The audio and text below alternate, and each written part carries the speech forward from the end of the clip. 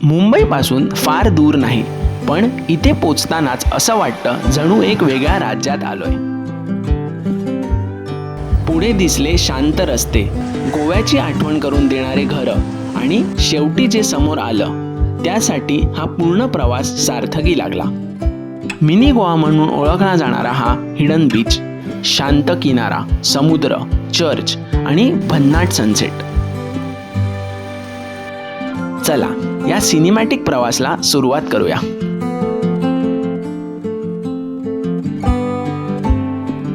Hi guys, पायवाट डायरीमध्ये तुमचं पुन्हा एकदा हेलो. ऐकू नका. तर आज मी ॲक्च्युली शूट करणार नव्हतो ब्लॉग, पण इकडचे रस्ते आणि इकडचा जो बीच आम्ही व्हिजिट केला तो खूप सुंदर आहे. सो म्हणून मी शूट करतोय. आम्ही ॲक्च्युली इथे फुल ओव्हर ॲक्टिंग हा एकदम. तर इकडचा बीच आणि रस्ते इकडचे खूप सुंदर होते. तर हा एडगर आहे, आपण अगोदरच्या शापूरच्या ब्लॉगमध्ये याला बघितलेलं आहे. आणि ह्याच्यात एक गाव आहे ना, या उत्तन. हा, तर तो बीच आहे, त्याला मिनी गोवा पण बोलतात. तर याच्या पुढे आता आम्ही सगळं टाकीन तुम्हाला इकडचे रस्ते, आणि खूप सुंदर आहे एकदम. सो आता बीचला चाललोय आम्ही आणि त्याच्यानंतर रिसॉर्टला जाणार आहे आणि मग परत संध्याकाळी बीचला पण जाणार आहे. सो सगळं मी या ब्लॉगमध्ये कव्हर करणार आहे. तो पूर्ण ब्लॉग कंटिन्यू बघत राहा आणि सबस्क्राईब करा पायवाट डायरीला अजून केलं नसेल तर चला पूर्ण ब्लॉग बघा.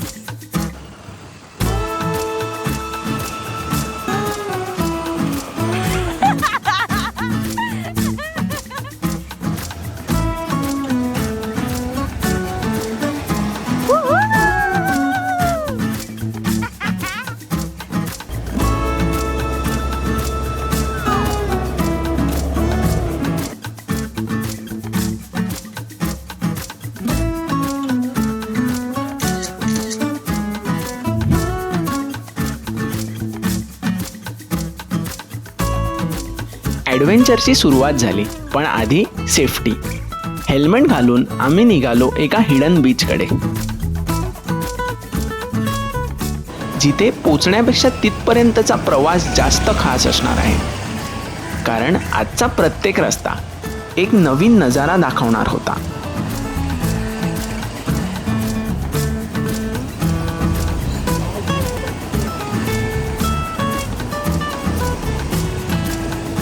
रस्ता तोच होता, पण फिलिंग पूर्णपणे बदलली होती.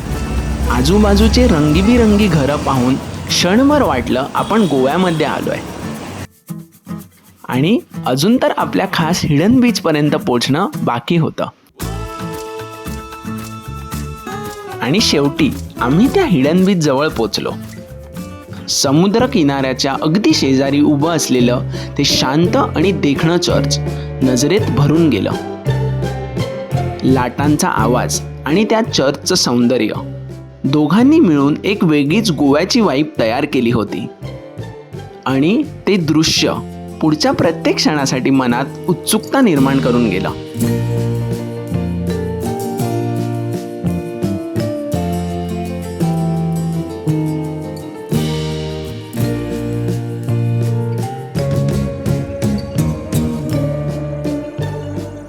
चर्चचं ते सुंदर सौंदर्य अनुभवून आम्ही समुद्र किनाऱ्याकडे आलो. खडकांवर पुन्हा पुन्हा आदळणाऱ्या त्या लाटा आणि त्याचा आवाज, सगळंच एक वेगळ्याच दुनियेत घेऊन जात होतं. आणि त्या प्रत्येक लाटांसोबत या जागेवरचं प्रेम अजून वाढत होतं.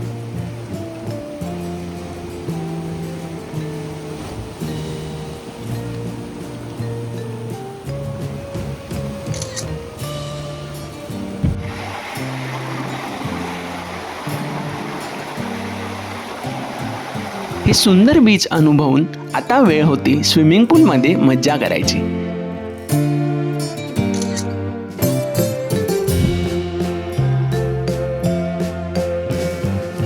मस्ती आणि भरपूर धमाल,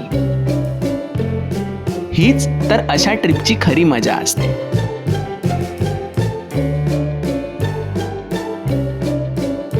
आणि दिवस हळूहळू त्याच्या सर्वात सुंदर शेवटाकडे जात होता.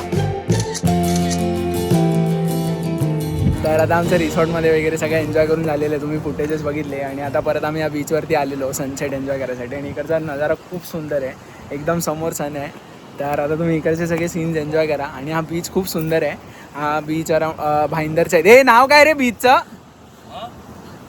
बीचचा उत्तन बीच भाटेबंदर या बीचचं नाव आहे. भाईंदरवरनं तुम्ही येऊ शकता. ऑटोज आणि बस अवेलेबल आहेत. सो बघू शकता तुम्ही इकडे खूप सुंदर सनसेट आहे. तर आता तुम्ही सगळे इकडचे सिनेमॅटिक सीन्स एन्जॉय करा. चला बाय. किनाऱ्यावरची साधी मच्छीमारांची जीवनशैली आणि त्यानंतर समोर उलगडणारा हा निसर्ग.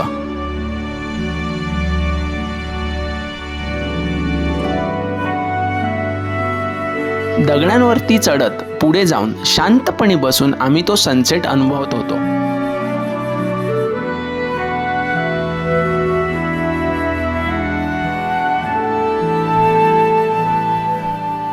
शांत समुद्र, लाटा, ढग आणि सोनेरी आकाश सगळं एकदम परफेक्ट वाटत होतं.